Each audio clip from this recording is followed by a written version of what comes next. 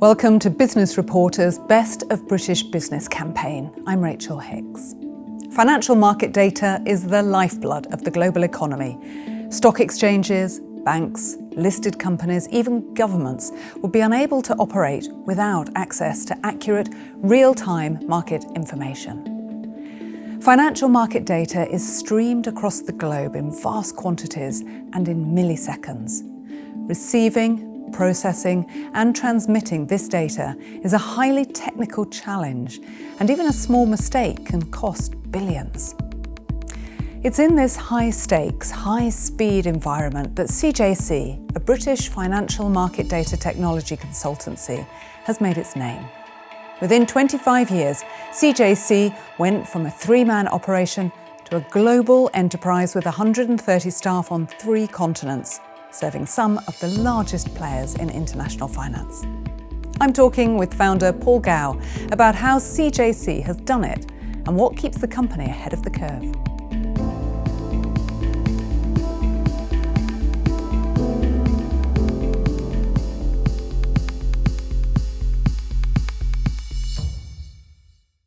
Paul, what makes financial data special and what challenges are there to handling it?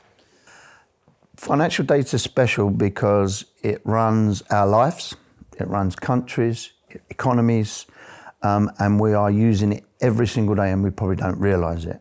The challenges of it are that there's so much of it and it needs managing in a sense of computer delivery, processing power, people that can control the data, understand the data, and then trade on that data. Most of the big banks all see the data at relatively the same pace, but there is a hell of a lot of it, and it does come up at a rapid rate. And then you've got all the machine-readable stuff that will take it even further and faster. I mean, our world has moved at a rapid pace for the last, I would say, 3 to 4 years with the introduction of AI, and it's going to get faster and faster because machines trading will outrun a human brain, and the world is going to change, so it is. What capabilities do financial institutions need in order to be able to handle financial market data well, and are they equipped to do so? They need enormous resources, which start at the beginning from a data centre with what we call tin, providing all the compute power. And then they need resources that can manage that infrastructure and data and deliver it.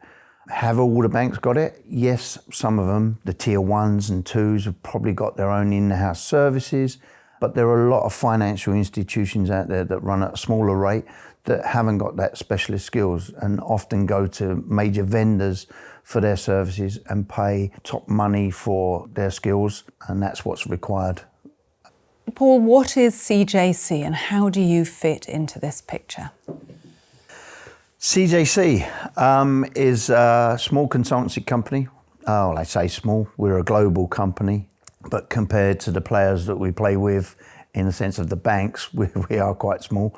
CJC help banks via helping them select their vendors. We're agnostic, so we stay away from any sort of favourites. We just help the bank pick and choose what's really right for those guys. And in that choice, we help them design their system because they might not have the expertise on site.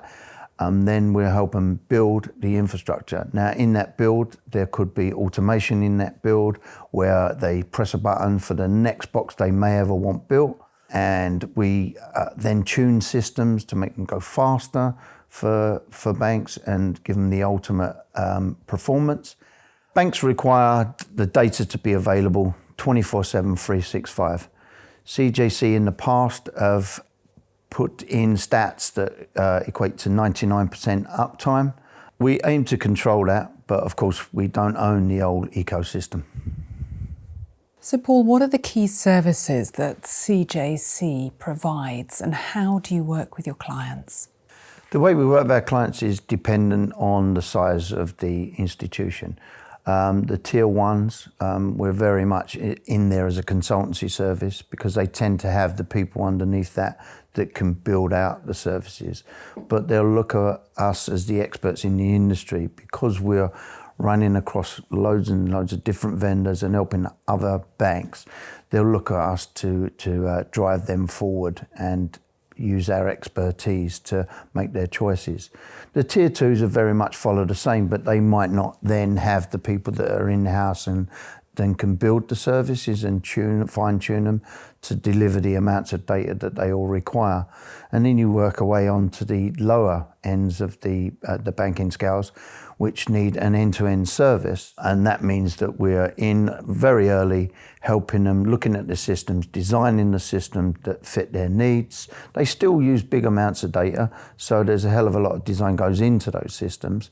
And then we'll offer the build service, the tuning service, and then we'll probably go on to manage that service for those clients. And we would offer them that as an end-to-end service for 24/7, 365.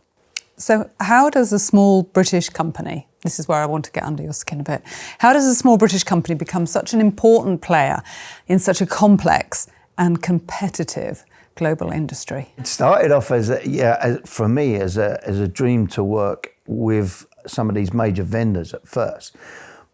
And when I was part of the Reuters team, they had a scheme for an academy, an apprentice, and school leavers. So when I saw that, I thought, absolutely fantastic. But it started to drift away and it became a cost to the industry, and the major vendors started to drop off the training services. They might train the odd client on certain aspects of their software, but they wouldn't train newcomers. So I saw a hole in the market where I thought that these tier 1 and 2 banks that have got the internal people in play, they're fine. But the lower end tiers haven't got no one that they can go to and look for independent advice and technical skills. I decided to start CJC way back in '99, and it was 2 or 3 of us that started the company off. We realised that in those lower tiers there wasn't the skill sets, and more of those tiers wanted us to be part of their service. So we ended up visiting a hell of a lot of people, and for every 5 we visited, we picked a new client up. And we grew over those amount of years, and we became very important around the market data services industry. With that, we were able to bring on board a lot more skilled services, but those skilled services were long in the tooth in age. And so what we decided to do was build out an academy.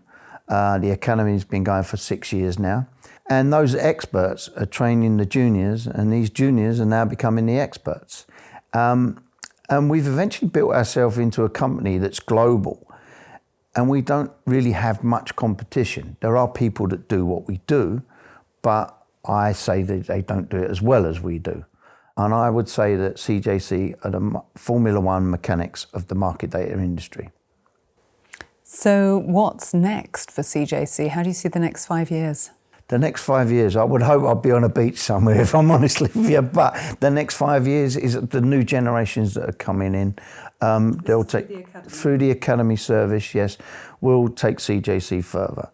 Do I want to continue to build CJC? Yes, of course I do. And do I want to venture into other countries that might need our services?